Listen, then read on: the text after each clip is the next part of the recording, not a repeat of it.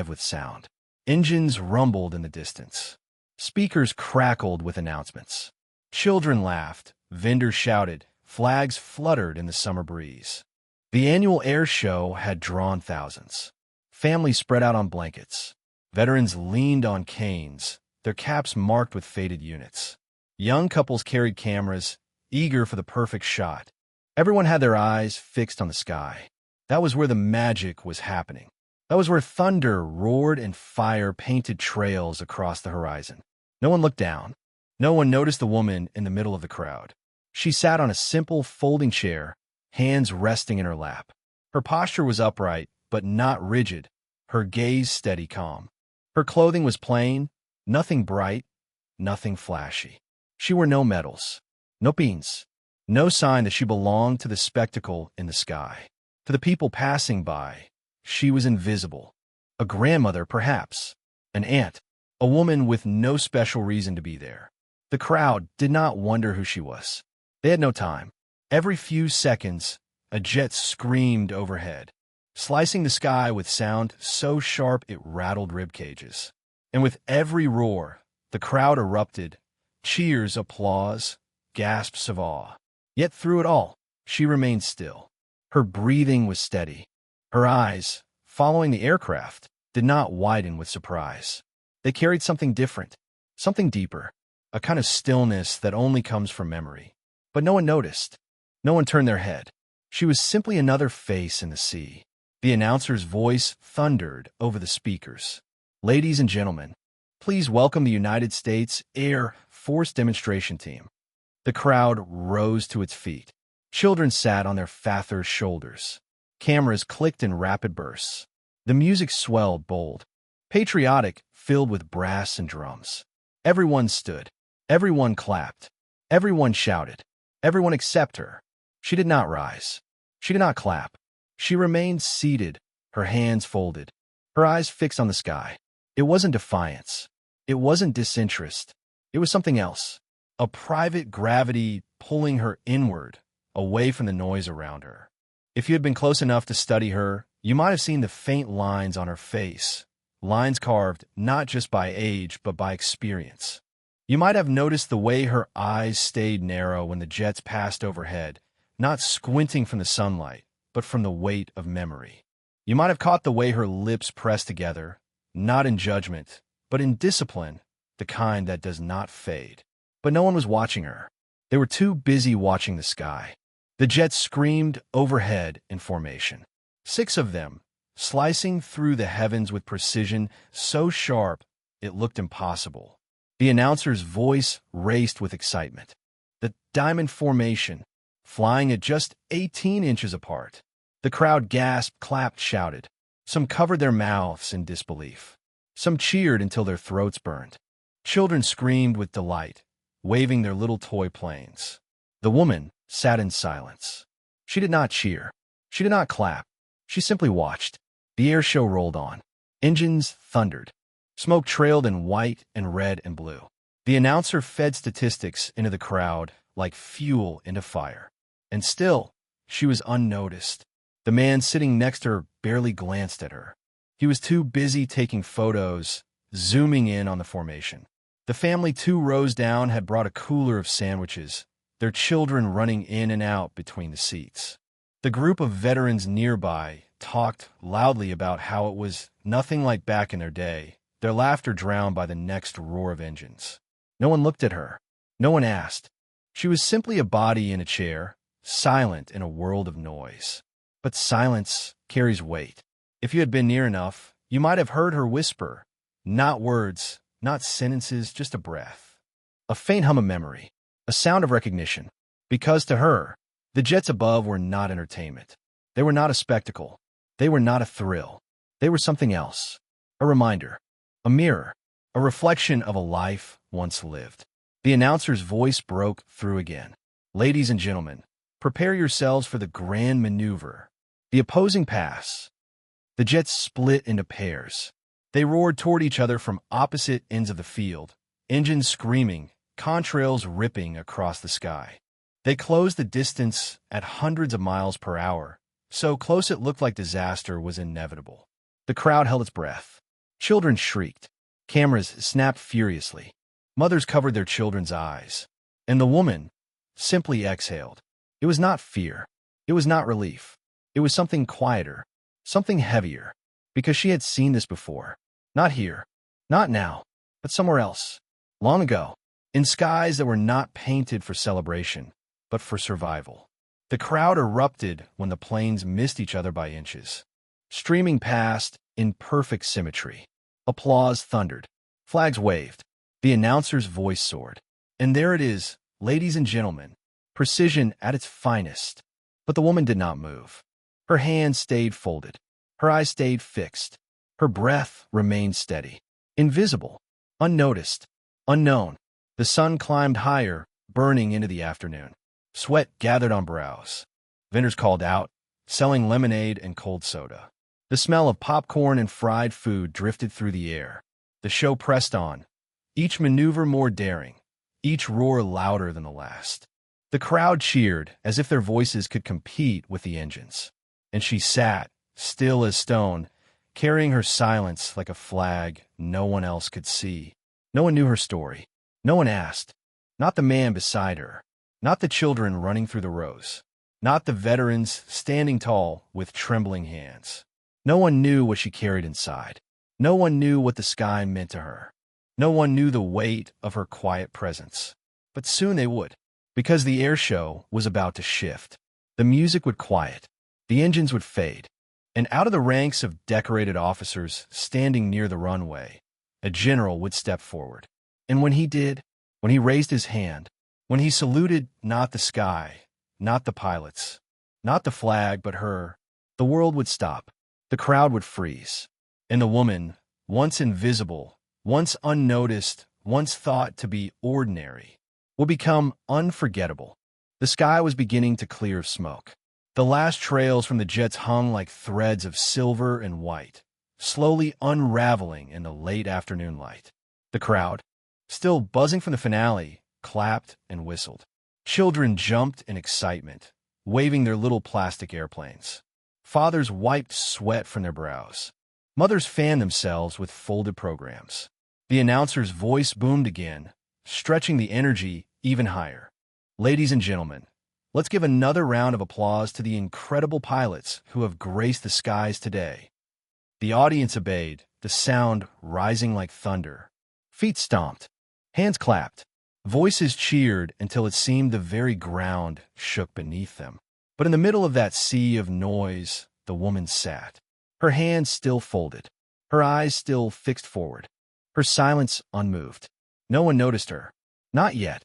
On the runway below, the jets taxied back into formation. Their engines whined down, the roar giving way to a steady hum. Ground crews in reflective vests waved their orange paddles, guiding the massive machines into place. The music played again, bold, triumphant, heavy with pride. And then the line of decorated officers stepped forward. Rows of uniforms, rows of medals, rows of faces weathered by service, framed by authority. At their center stood a man whose presence seemed to part the air itself. A general. The crowd recognized him instantly. They knew his rank, his reputation, his face. They clapped louder, their cheers rising again. He did not smile. He did not wave. His eyes scanned the stands. Searching, the announcer's voice carried over the speakers once more. Please welcome General Marcus Hale, decorated with 30 years of service, here to honor today's demonstration. The crowd rose to their feet. Phones lifted to record. People shouted his name, waving flags high in the air. But the general did not look at them. His eyes continued moving, searching, and then they stopped. Stopped on her, the woman in the chair, the woman no one else had noticed. For a moment, nothing happened. The air seemed to still. The noise of the crowd blurred, as if the world had lowered its volume. The general's gaze did not break. He took a step forward, then another, and another, each one deliberate, measured, purposeful. The crowd began to quiet, their cheers fading into confusion. Why was he walking this way? Why wasn't he facing the cameras? Why wasn't he saluting the flag, or the pilots, or the nation itself? Whispers spread quickly. Where's he going? Is something wrong? Who's he looking at? The general kept moving, and the woman did not move at all. He stopped in front of her row. Silence rippled outward. The announcer's voice faltered, unsure what to say. Cameras turned, their lenses searching for the reason. Children tugged at their parents' sleeves, asking what was happening. The general stood tall. His chest rose. His jaw tightened. And then, slowly, deliberately, he raised his hand and saluted. Not the flag, not the sky, not the pilots. Her, the quiet woman in the chair. The crowd froze. Time itself seemed to hesitate. A hush fell so heavy that even the summer wind seemed to hold its breath. Every head turned. Every eye locked on her. The woman who had blended into the crowd all afternoon. The woman no one had spoken to, no one had noticed, no one had thought twice about. She sat still, her hands trembling now for the first time. Her lips parted, but no sound came. Her eyes glistened. The salute hung in the air like a monument. Sharp, unyielding, unmistakable. And with it came realization. Gasps whispered through the crowd. Some stood taller, trying to get a better look at her. Others covered their mouths, stunned. The veterans in the front row stiffened, their hands tightening on their canes. They knew. They understood. No general gave a salute like that without reason. And if he was saluting her first, it meant something. Something that shook the air itself. The announcer's voice finally broke through, unsteady now. Ladies and gentlemen, it appears the general has chosen to render honors to a guest among us today. But even he didn't know her name. No one did. The woman's breath caught. Her fingers curled tighter into her lap. She shook her head, almost imperceptibly, as if to deny the moment, as if to refuse the weight suddenly placed upon her. But the general did not lower his hand. He held the salute, long, firm, unshakable. The crowd began to clap again, slowly this time, hesitant, uncertain, until it spread, until the applause rolled like thunder, not for the jets, not for the spectacle, but for her. And still, she did not stand. Not yet. Her eyes shimmered. Her lips trembled. The world pressed its gaze upon her, demanding to know who she was, why she deserved such honor. But she said nothing. She only breathed, quietly, steadily. The applause grew louder. Some shouted words she could not hear. Some cried. The veterans in the front row began to salute as well, their hands shaking but firm. One by one, others followed. Not just soldiers, not just veterans, civilians too. Mothers, fathers, children, hands raised in awkward imitation, unsure of the form, but certain of the feeling. The entire field, thousands strong, saluting one woman, and she still sat. But something had changed. Her silence was no longer invisible. It was luminous. It carried weight now, recognized, honored. Finally, slowly, she moved. The two of them stood, locked in silence. No words, no explanation, just a salute, one of recognition, of memory, of honor too deep for language. The world around them blurred. The jets, the cameras, the music, the thousands of eyes. It all disappeared, leaving only two figures, a general and a woman once invisible. The salute ended. The entire crowd seemed frozen. The jets that had thundered overhead a moment ago had already vanished beyond the horizon, their roaring echoes fading into memory. Yet here in the grandstand, not frenzy, but an undercurrent of voices, rising and falling, questioning, doubting, speculating. From the stage, the general stood motionless, watching the woman who had become the sudden axis of the day.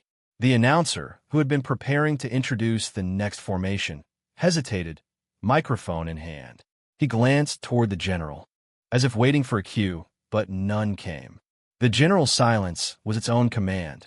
Not yet. The program, the schedule. She looks too ordinary, too quiet. Ordinary. That word clung to her like a shadow. She wore no uniform, no medal, no insignia that would reveal her place in history. Just a simple blouse, a modest skirt, hair tied back neatly, as unremarkable as the neighbor you might pass on your street and forget the next moment. And yet, here, now, she was unforgettable. his weathered features marked by time and memory. He squinted, not at the general, not at the sky, but at her, the woman. His lips trembled as he whispered again, this time softer, almost to himself. "I know that face from long ago." Gasps fluttered through the rows around him. The tide of speculation shifted, all eyes darting between the man with the cane and the woman who remained so terribly, impossibly calm. She did not nod. She did not deny. She simply received his words like a stone receives the sea, without movement, but not without weight. The general's jaw tightened. His silence deepened, but his eyes burned with something unspoken.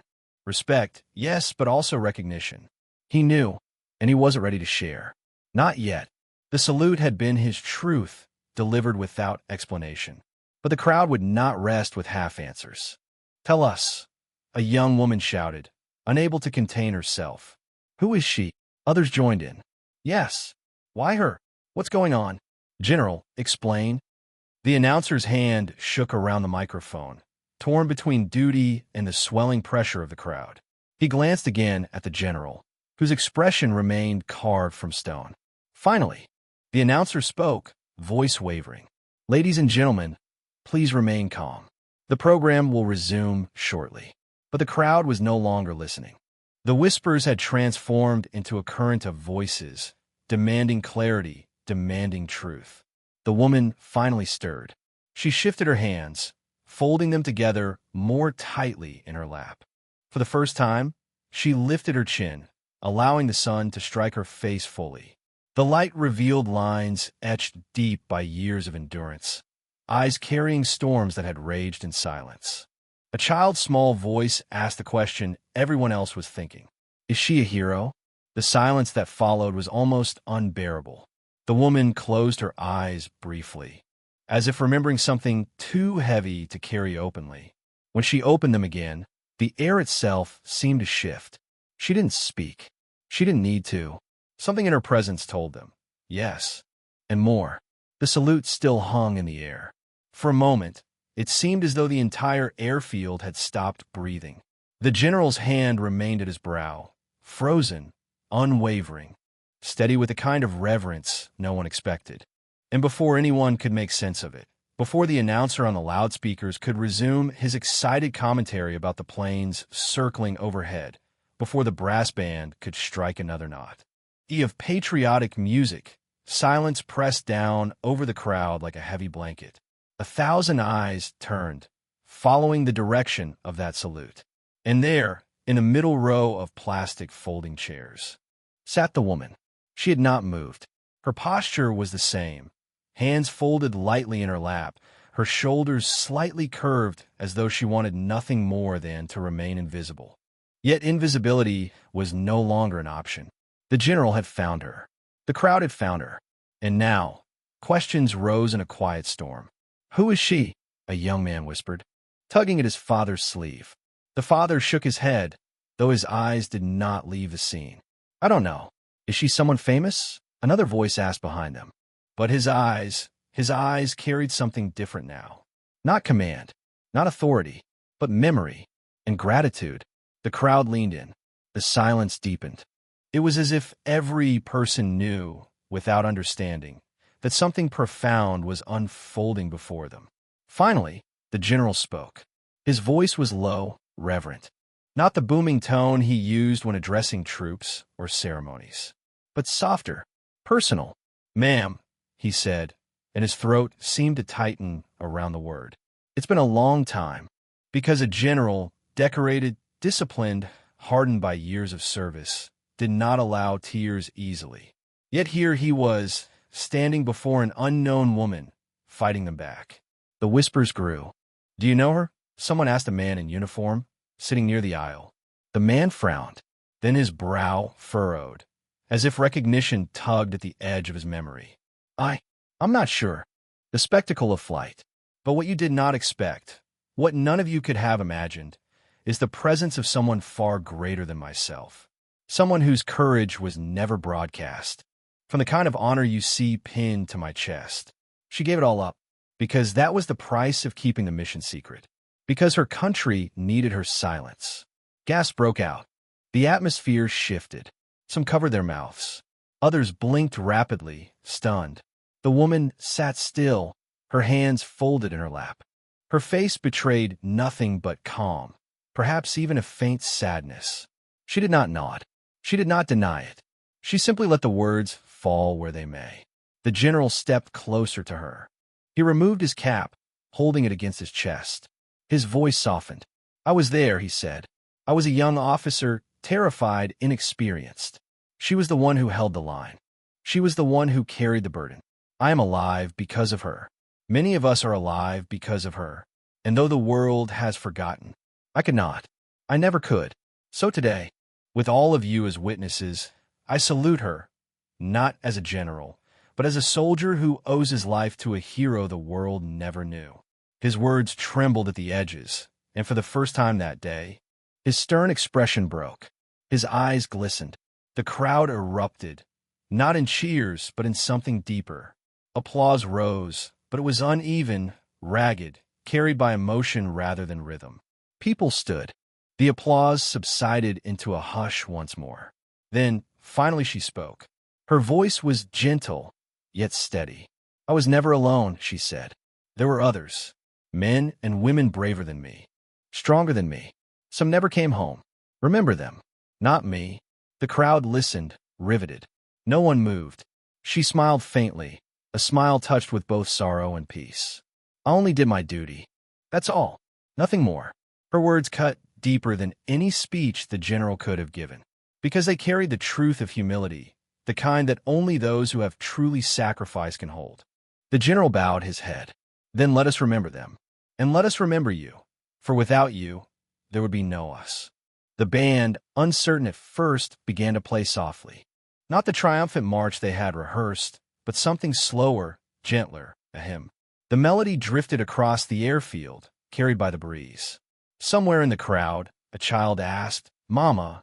The thunder returned, shaking the ground beneath the audience.